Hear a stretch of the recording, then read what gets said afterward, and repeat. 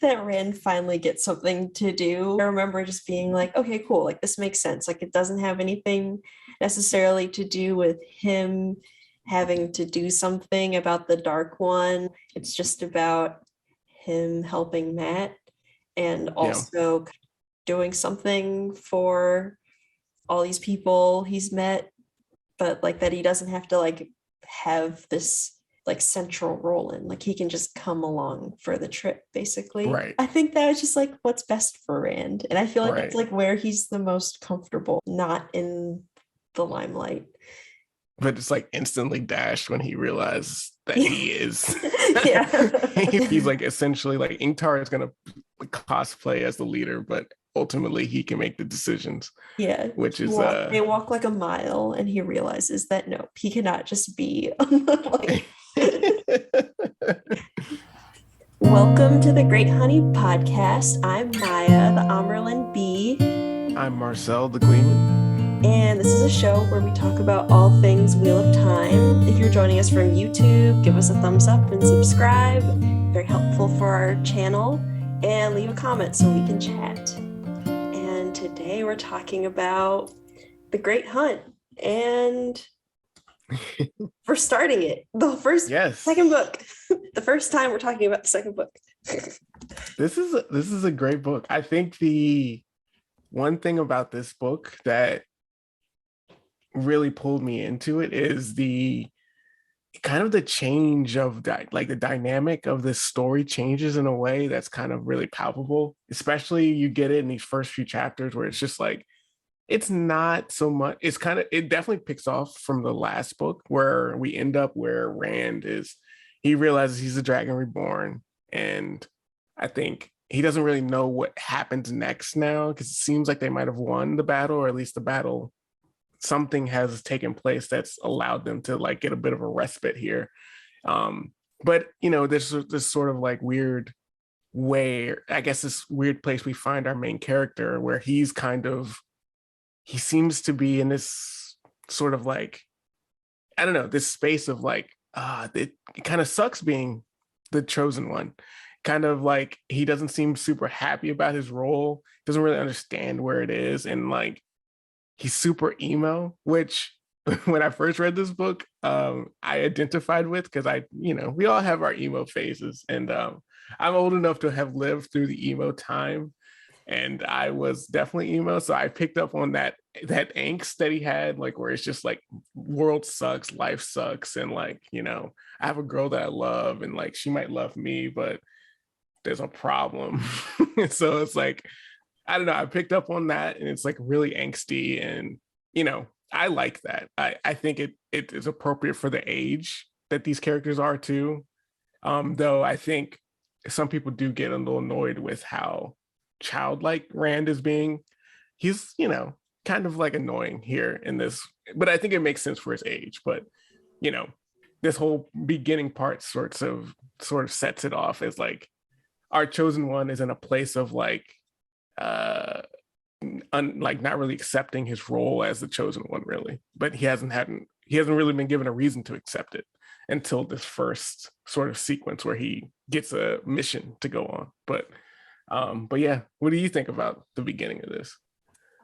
Yeah, I just was just thinking about Emo Rand and how he just gives me like, especially in this book, like the Hayden Christensen, Anakin Skywalker vibes, which he totally does in the show as well, which I love. Yeah. Like just that like just moody boy where it's just like beyond reason.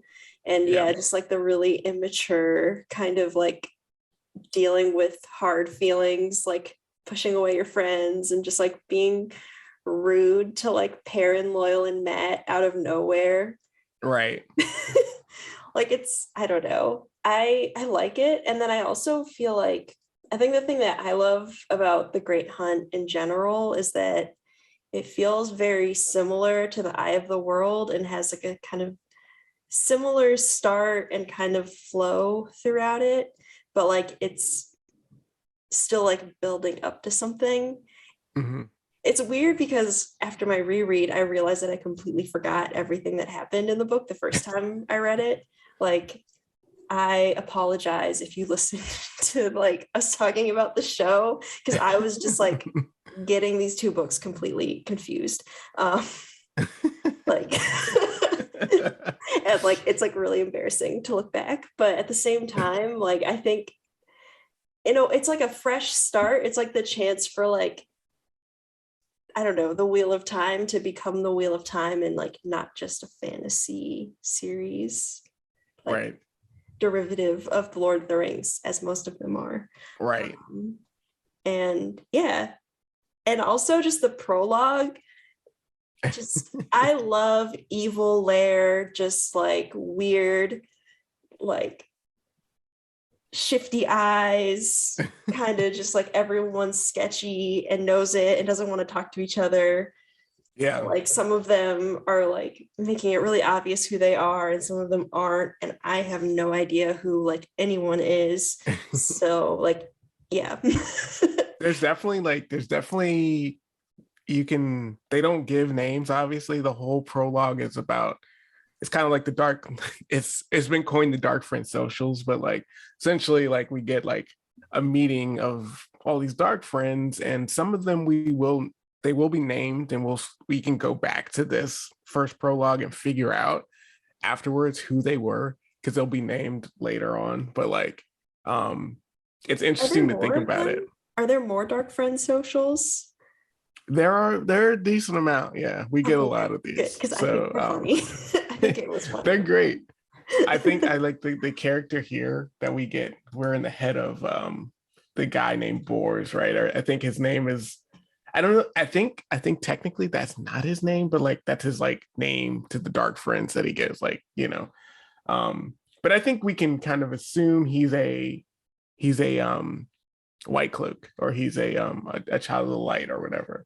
And then you get this sort of sense where he's a dark friend, yet he's still a white cloak first and foremost. It's a weird sort of thing he has, because he notices that there are Aes Sedai there in this dark friend social, and he hates them, but he realizes, like, you know, Aes Sedai have ruined the world in his mind, and so like they, I guess, serve an end for him, and so he's willing to work with them to that end, which is, I guess, ultimately for the shadow to win, which is a weird place for a dark friend white cloak to be. It's a weird dynamic he has to strike within himself. But this guy is interesting. I've always liked this chapter because it has this weird, we get Ishamael, or I don't know if he's named here, but he's Balsamon here.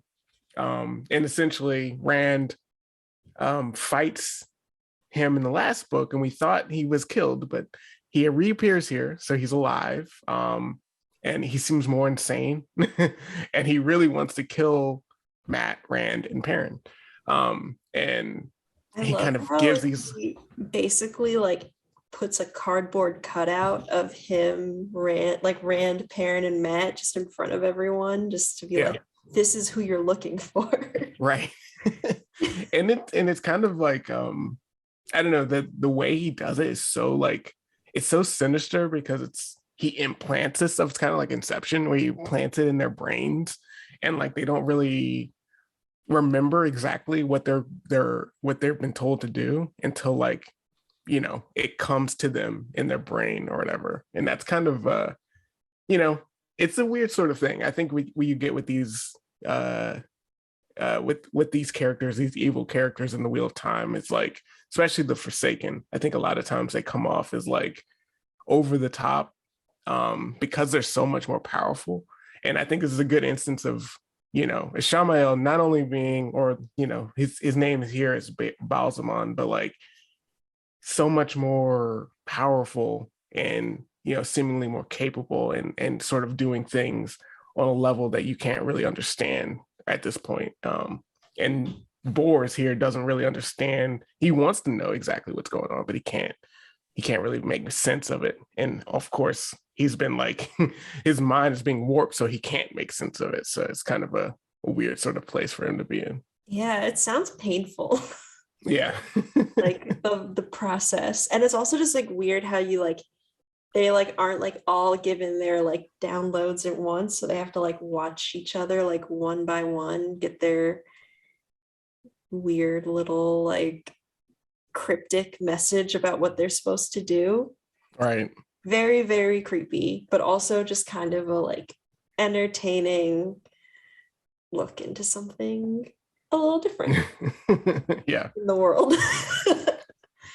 So yeah, I mean essentially that's pretty much all you can like say about that prologue. It's without like spoilers, like, I think I might have spoiled a little bit, but like, not really. But there's like, there's a lot of stuff going on there that I don't think they necessarily want you to realize, that you can go back. That's with a lot of Wheel of Time. Like if you, especially going forward, you can always go back and kind of, Robert Jordan does a really good job of sewing these deep plots that he has kind of built in to the story and to the narrative that you can go back and realize. Like I realized in some, like, in book 7 or 8, he's set up a plot like 3 books before that you can see the elements of here.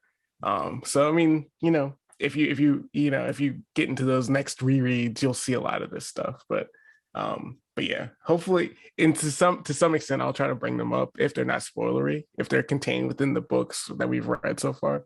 But yeah, there's one of my favorite parts of this series is how much is woven into the lore. Yeah, I'm excited to figure out what's going on. And then we switched to kind of a really beautiful description of wind, just kind of traveling through time and space, I guess. And then just like this like very dragon heart sword training scene between Right. Lan and Rand, which is like one of my favorite movies. Yeah. I think it's one of those. So every book starts with the wind. If once you get into the next book, but every book starts with the way the wind settles onto the scene for the first chapter. And this one, like you kind of get this thing where Rand and Lan are practicing sword forms and like basically doing some training on top of one of the towers in Faldara.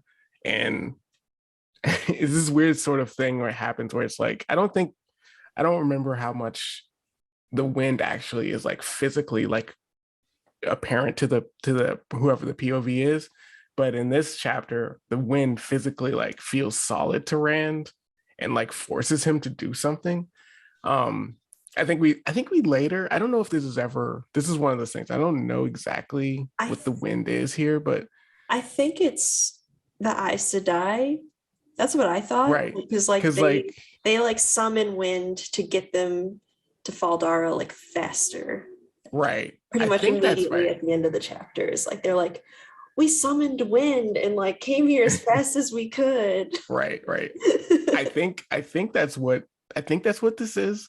But there's this sort of like element of it kind of like the pattern in a way. So at least that's how I kind of read it as well. Like it could be just that the Aes Sedai are using it to get, the Amyrlin quickly to Faldara, which I think we find out ultimately they did use the wind. They used the one power to get them to Faldara quicker. But it could just be an element that the pattern is forcing Rand in a certain way. It sort of gives you gives you an indication of how this story is going to go. Like the pattern always is pushing Rand.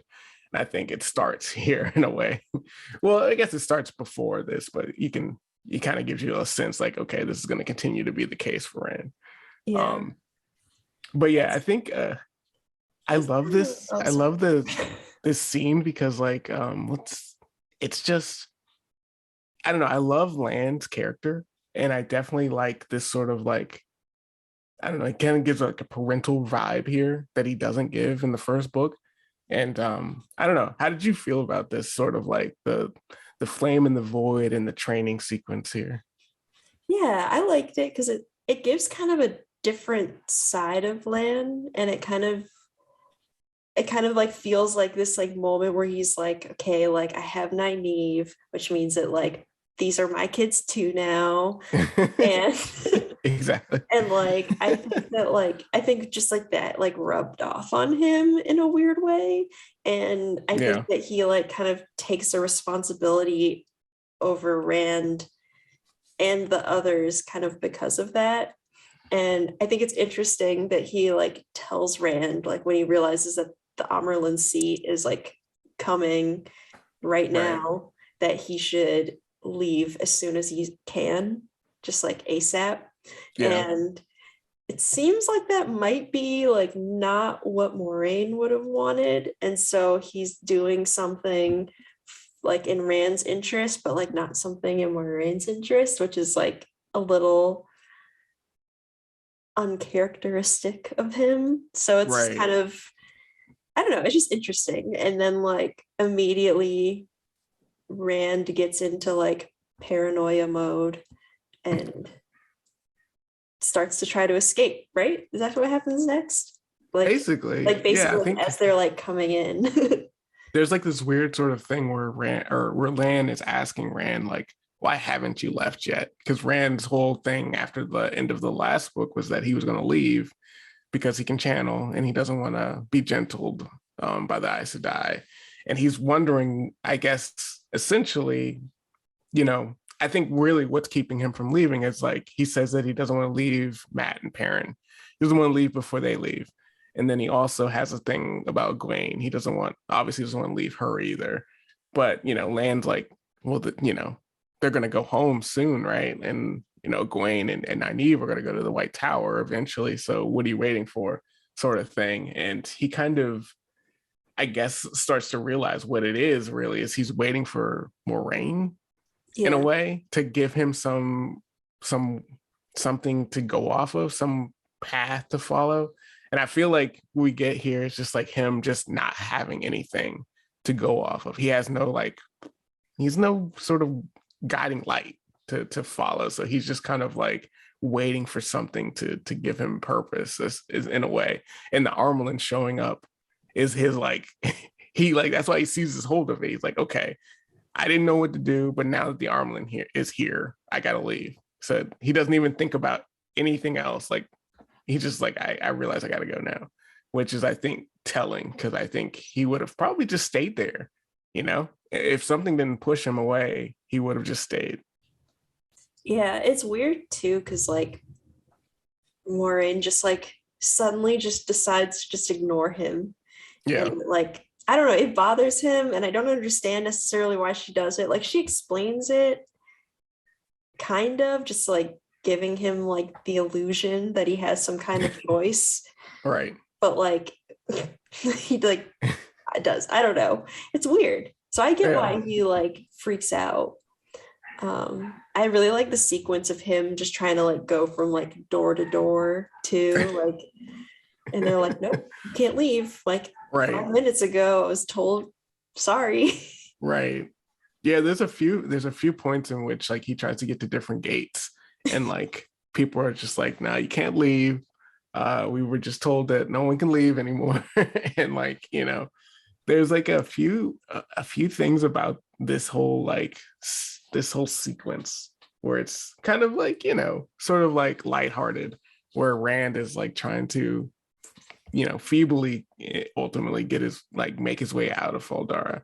But it's like, he can't really get there and like certain like elements keep holding him back. It's like, he could have easily left like the day before, right?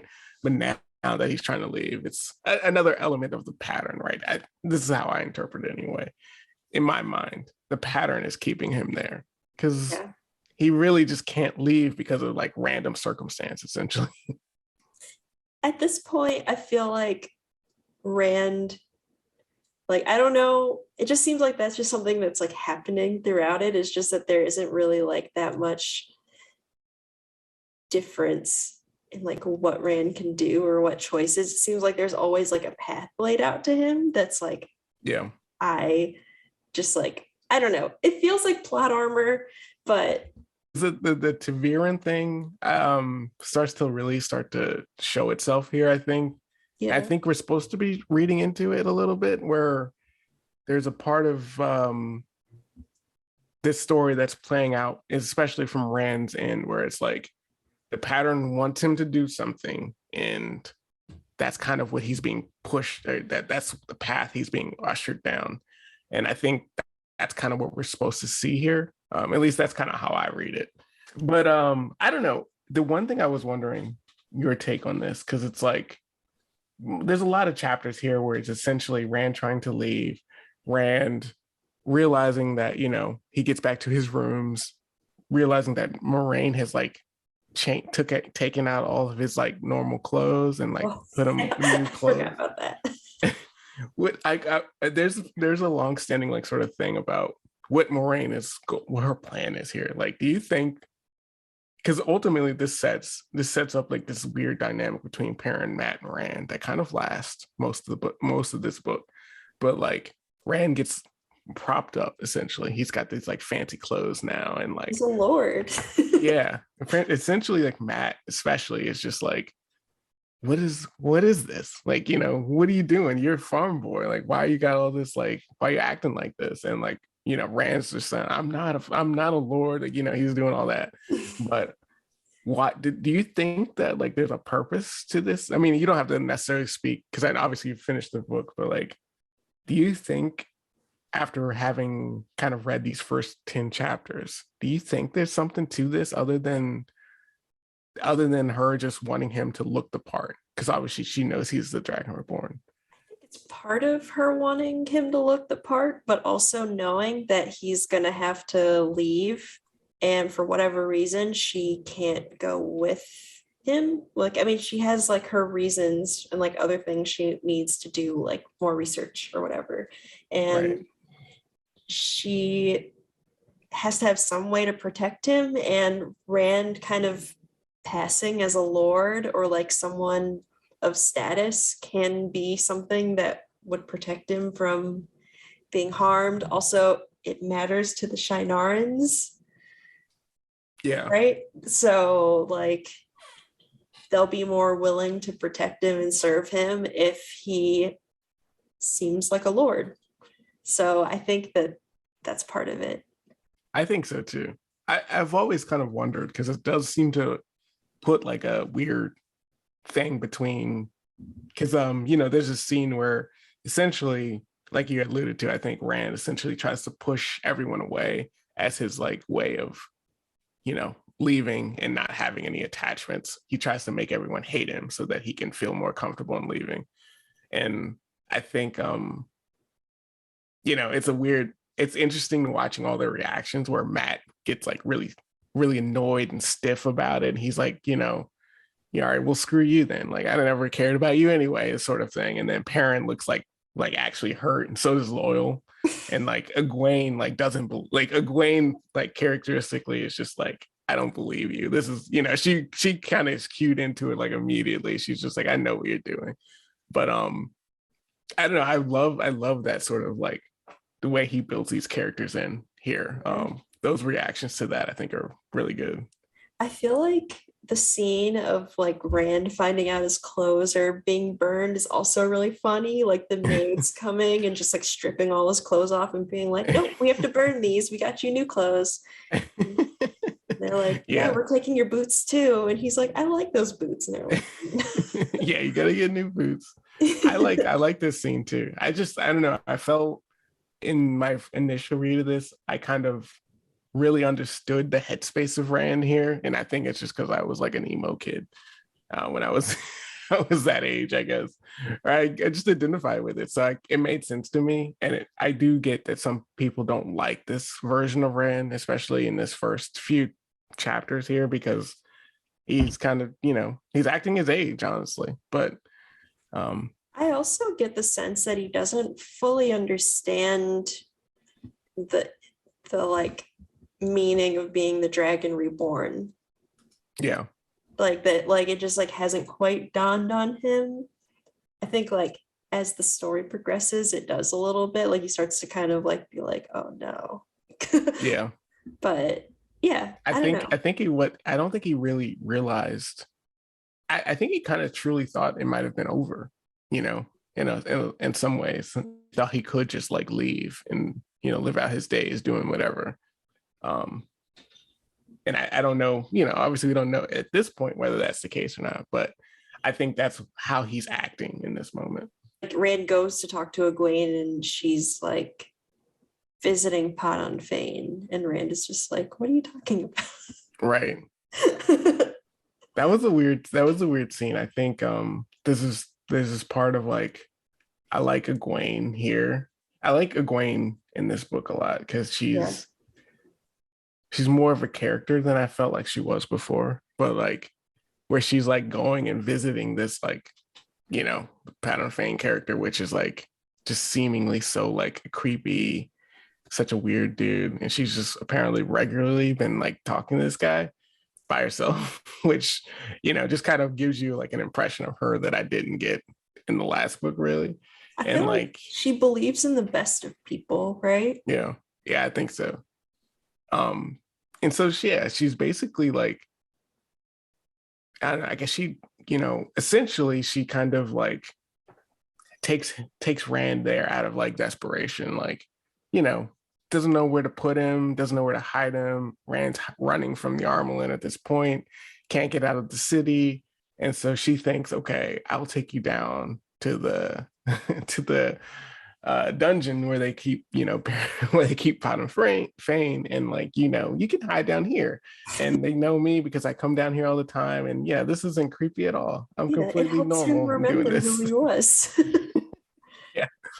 Um, yeah, I like this. I like this scene because it's, it does have that lighthearted feel where Rand is, especially before they get to the dungeon, like all the people like realizing that there's something between Egwene and Rand, and like all the women, want either wanting to figure out if Egwene has a thing for Rand so that they can like figure out if they can like if he's approachable for them, or that whole like dynamic. And it's kind of like, this really lighthearted sort of fun sort of thing going on. And there's this big thing about not they kind of have, it's, I guess, male and female like quarters in Shinar. So like in the female quarters, you can't bring a sword, and usually males aren't allowed in that area at all.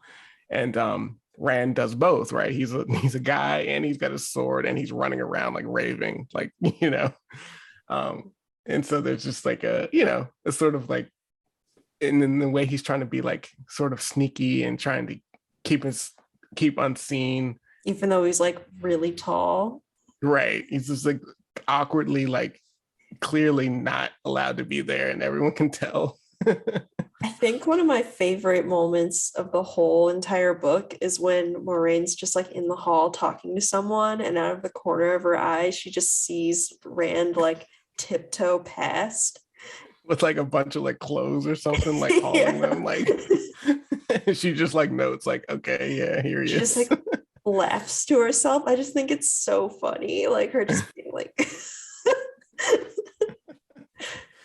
and it kind of like endears her to Egwene too, that she just like would just like blatantly like go against like what her orders are, which is like something totally that Moraine would do at her right. age too. And I think that she just like, I don't know, I love like Moraine and Egwene's like relationship. Yeah, It's a very subtle I think one. I like it. I think they have like a good, I mean, I think for the most part, Egwene is just such a good character to, I don't know, she works well with a lot of people, and I think especially people she looks up to, and she definitely looks up to Moraine, so it makes sense that they have a good relationship. At this point, before they kind of figure out what's going on with Pattern Fane down there, essentially, Rand has decided to leave, can't get out. There's a few people who note that Rand is trying to, get his way out. I think Massima and I think Uno, a few like notable Shinarans that, Rand encounters in his way, and is like trying to his flee, as he's trying to flee out of Faldara. But like essentially everyone knows like, hey, Rand, like Amyrlin's probably coming to see you, right? Like you're such a big deal. And like it's just so clear that he's not going to get out of it. Like he thinks he can get away, but like everyone knows that the Amyrlin's coming to see him, or at least would want to see him in some way. And he does like a pretty bad job of sneaking out of Faltara.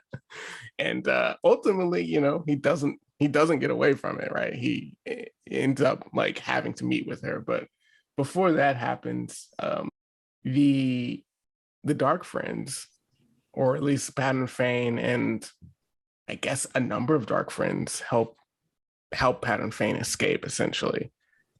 The only thing we missed that happened before is just like Moraine and Swan. You find out that they're like secretly like planning the discovery of, or like they've been like secretly looking for Rand. Were you surprised by this development? I mean, obviously we get this in the show, which I think the show does really well, obviously, but there's this dynamic to it where it's like the Amyrlin's seemingly really upset with Moraine, and once she gets Moraine like in a sort of like, they're secluded away enough to kind of talk about their real plan. We learn that Moraine and Swan have been working together to find the Dragon Reborn, and she knows that that's what Moraine's been doing, and they've been working towards that end for a while. It's an interesting development, because you kind of get this build up, especially from Rand's perspective of the Amyrlin, and then once you get introduced to Swan, she's such a like commanding figure, just like in the show, that you wouldn't expect, right, that she would be working with someone to do seemingly what they establish here is something that she shouldn't be doing, or at least something that she wouldn't tell other members of the Aes Sedai about, right? It definitely surprised me when I was reading that, like, after, I don't know, 5 or 6 chapters of, like tension and a whole book kind of like describing the Amyrlin Seat as this really like terrifying figure, even for those who like are on the side of the Aes Sedai, and the people who hate the Aes Sedai all like are terrified of the Amyrlin Seat. Right. That like, I don't know, and then you like see her, and like her entrance is just like so theatrical and so like, I don't know, just intense and so different from Moraine, who's like at this point kind of your only real reference to like what they're like, and she's obviously like a little more wild than like a lot of the other Aes Sedai in a way. Like she's just like on the road. I don't know, that's just like a vibe I get, is that she's like not quite like the other ones. Then like when like you finally get that moment where like Lyanna, her basically like her assistant, is like told to leave the room, and then like it just feels like there's like this like sigh of relief, and then she's like a person for a moment, and then you like remember that like, this was someone like Egwene or Nynaeve that like eventually just became the Amyrlin Seat. It's very like, I don't know, it was very jarring.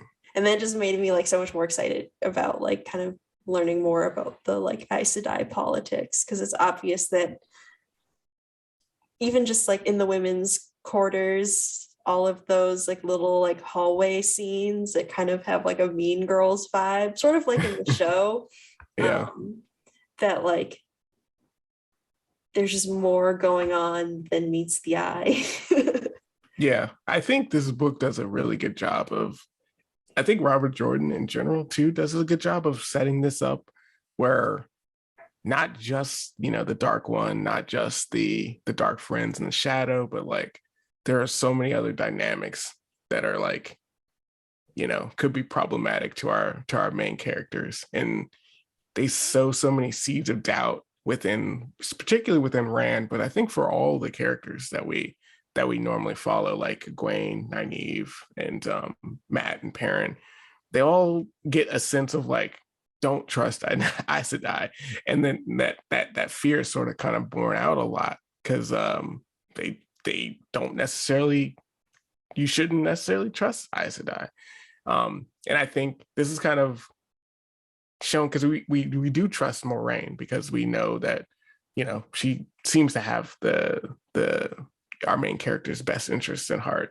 But at a certain element of this, especially in this book, since we don't get a whole lot of what she's intending to what she's intending for Rand here, and it seems to be her setting Rand up for failure, at least putting this sort of like, I've always thought of it like, why did she do it this way? Why didn't she like talk to Rand?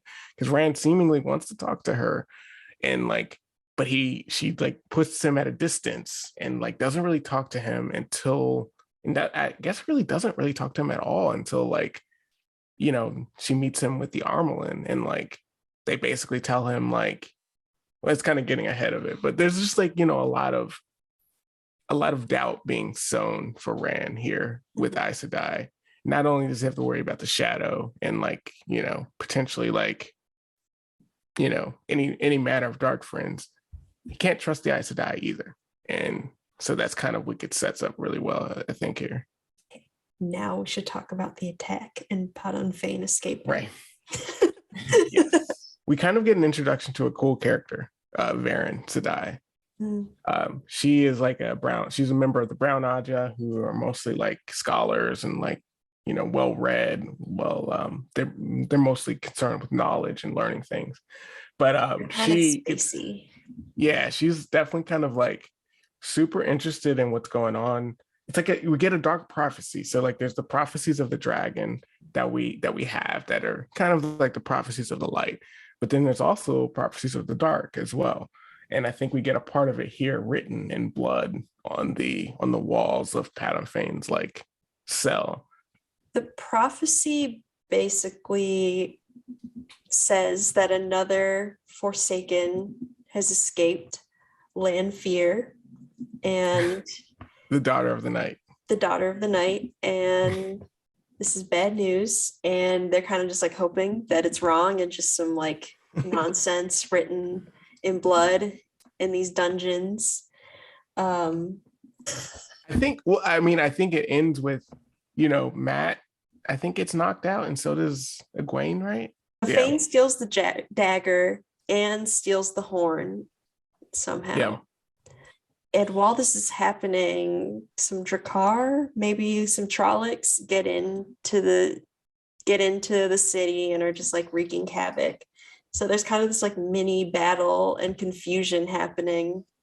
It's a kind of a chaotic sort of scene, because obviously Rand is like worried about Egwene and Matt, and he's still trying to like, but he's kind of like captivated by the message that's left on the wall, but he tries to smear it off so that it can't be read. Like names him, right? Or at least it identifies him in a way. I think he doesn't want people to realize, because he knows that Padan Fain knows that he's the dragon, or at least he seems to indicate it in this message here. I really do like Padan Fain as a character, but he basically tells Rand where he wants to meet him, right?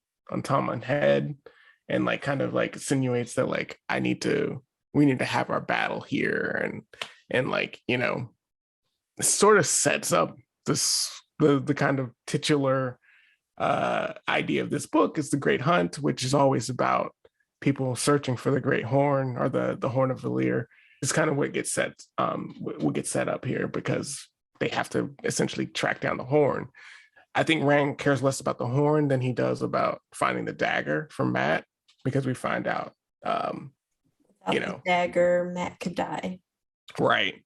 The Aes Sedai are able to heal Matt more thoroughly than Moraine was able to do it last book. But to fully heal him, they need the dagger again, and without it, he will die. So that's a big thing for Rand. Couldn't do it because Varen, the Amyrlin, and someone else helps heal him. Is the reason that they couldn't fully heal him because there's some piece of equipment in Tar Valon that they needed? Is that kind of why, or was there just not enough powerful Aes Sedai in Faldar at the time?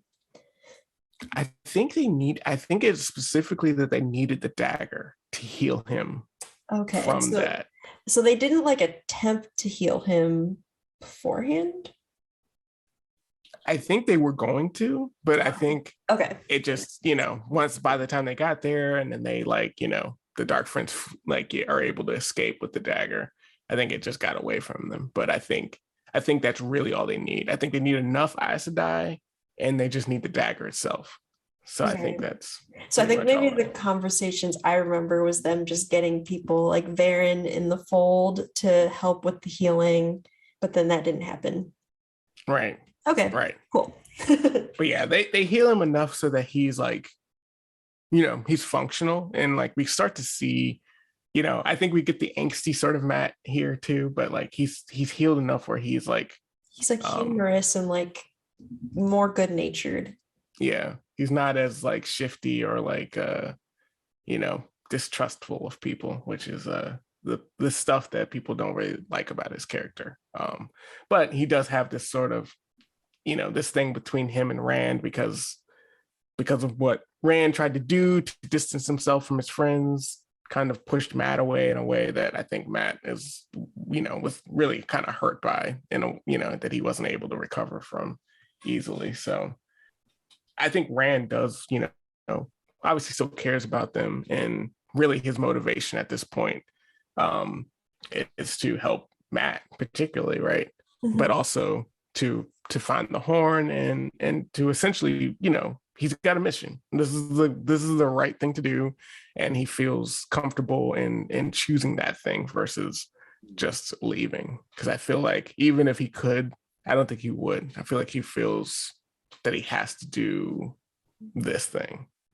I I like that Rand finally gets something to do. Like I remember just being like, okay, cool, like this makes sense. Like it doesn't have anything necessarily to do with him having to do something about the Dark One or like channel. It's just about him helping Matt and Yeah. also kind of doing something for all these people he's met, but like that he doesn't have to like have this, I don't know, like central role in. Like he can just come along for the trip, basically. Right. And I think that is just like what's best for Rand. And I feel like that's Right. like where he's the most comfortable is not in the limelight. But it's like instantly dashed when he realizes that he is. Yeah. He's like the basically the leader of this group. Even he's like essentially like Ingtar is gonna cosplay as the leader, but ultimately he can make the decisions, Yeah. which is They walk like a mile and he realizes that no, he cannot just be like which it's like fitting. I think it's a good way to kind of set off the story.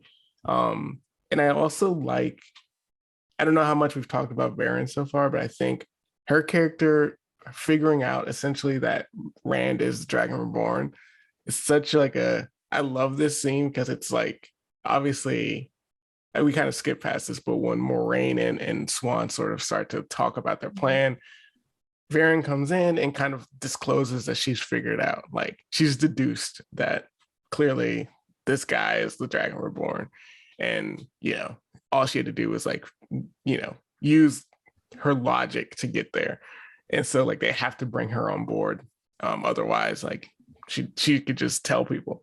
So I don't know. I like this scene where she kind of just her gets herself tone involved is here. her tone is so funny too. Like she just it's so like matter of fact, like, oh, just Yeah. interesting factoid about the day. Rand is the Dragon Reborn. Like it's not like the same gravity to them, and they're just kind of like dumbstruck and they're just kind of like, okay, I guess you can help. She's like, yeah, he must be the Dragon Reborn. Why else would you be doing this? Why would Yeah. you be acting this way?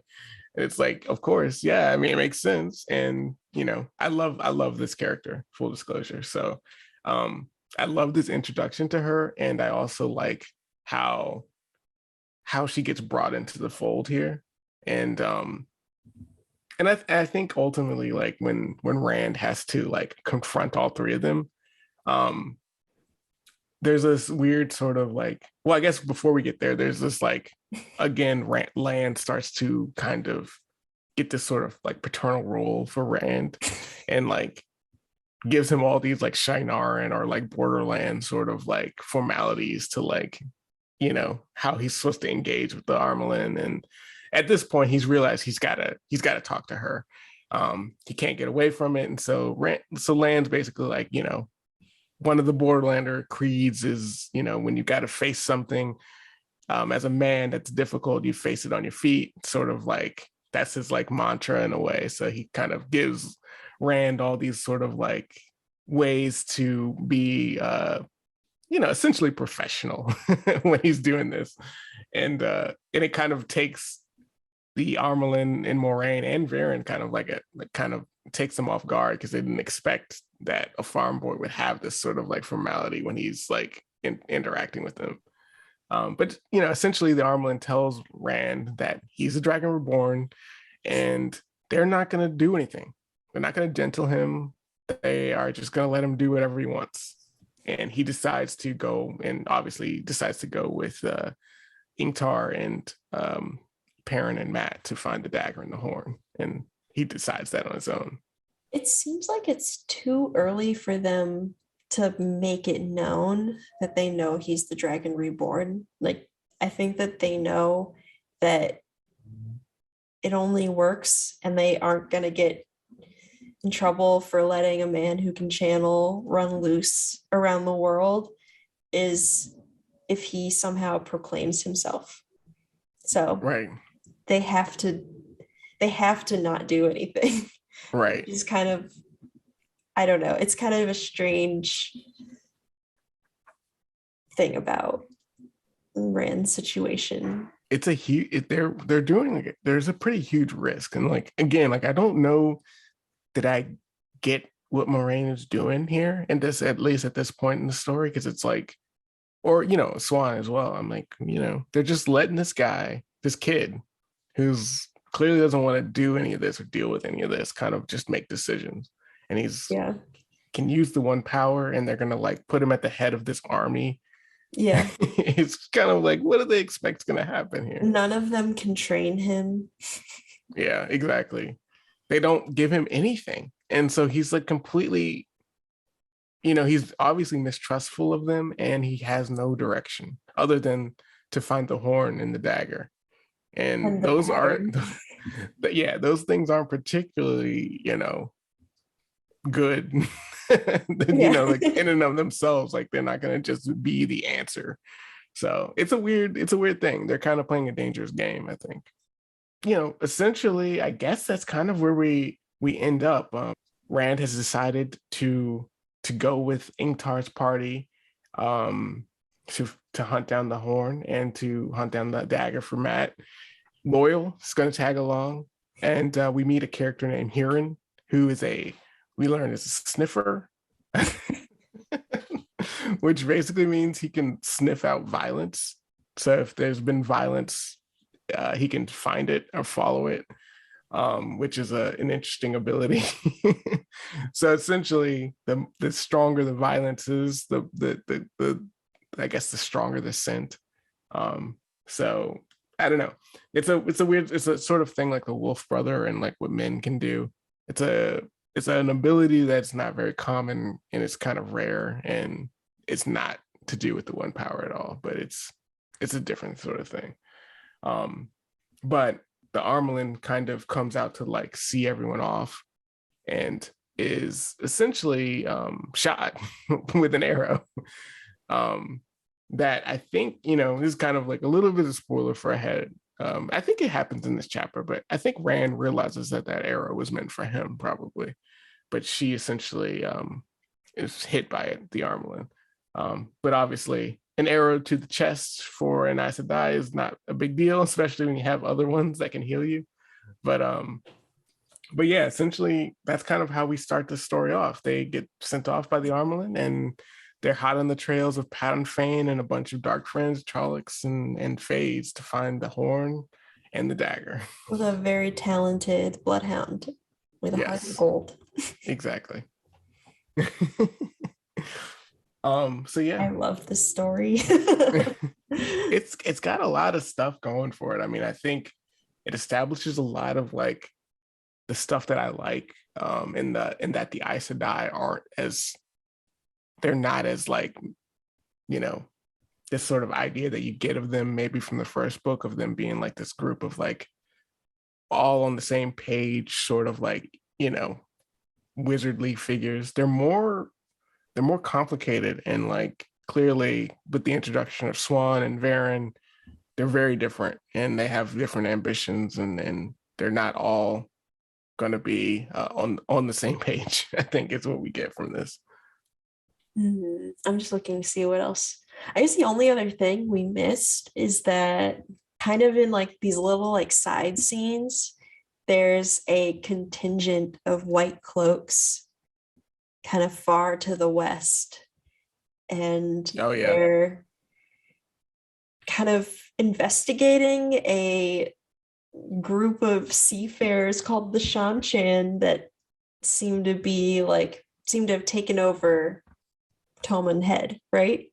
yeah, Or like they're on their way, or like they're in the process of taking it over, and they're kind of there to figure out what's going on, which is just like another kind of little yeah. I think factoid for later. so. See, yeah, you're gonna keep that in mind. The Shanchan are kind of doing their thing, and the White Cloaks are kind of like feeling that out. It's sort of like, I think it's Bornhold, right? That we're in the head of when he's thinking Yeah, about like that. Bornhold Jr. It's either Bornhold Jr. or the dad. I think it might be the dad here. This was the only scene in this like section of the book that kind of felt a little random, but I think it's just because Yeah, like the White Cloaks still feel very separate at this point to like right, the story, like the main story, right. at least to me. So maybe that's why I was just like, oh, I forgot about it, but that's something we should probably. I think it is. I think it is. It's Jeff from Bornhold, which is That's the the dad. yeah, he's the dad of Dane Bornhold, right? And he's got we meet Dane. We met Dane in the last book. He was the one that kind of had like an issue with Rand and Matt. I think in Berlin or one of the cities they were traveling through. But Oh, they um, like pranked him. yeah, yeah. So Jeffrem is like kind of like the more rational White Cloak that we've met. Obviously we met Boards in the prologue chapter, but Jeffrem is more of a, we kind of understand, his plight a little bit more. I mean, he's still White Cloak, and I think he still carries a bunch of their sort of ideals, but you feel a little more He's not as empathy for his. extreme, right? Yeah, yeah. I think that's kind of what you get. He's a little more rational. But yeah, we just kind of get that they're doing stuff in the background. It's not a whole lot more to it. I think we also get Leandrin as a Oh character yeah. here.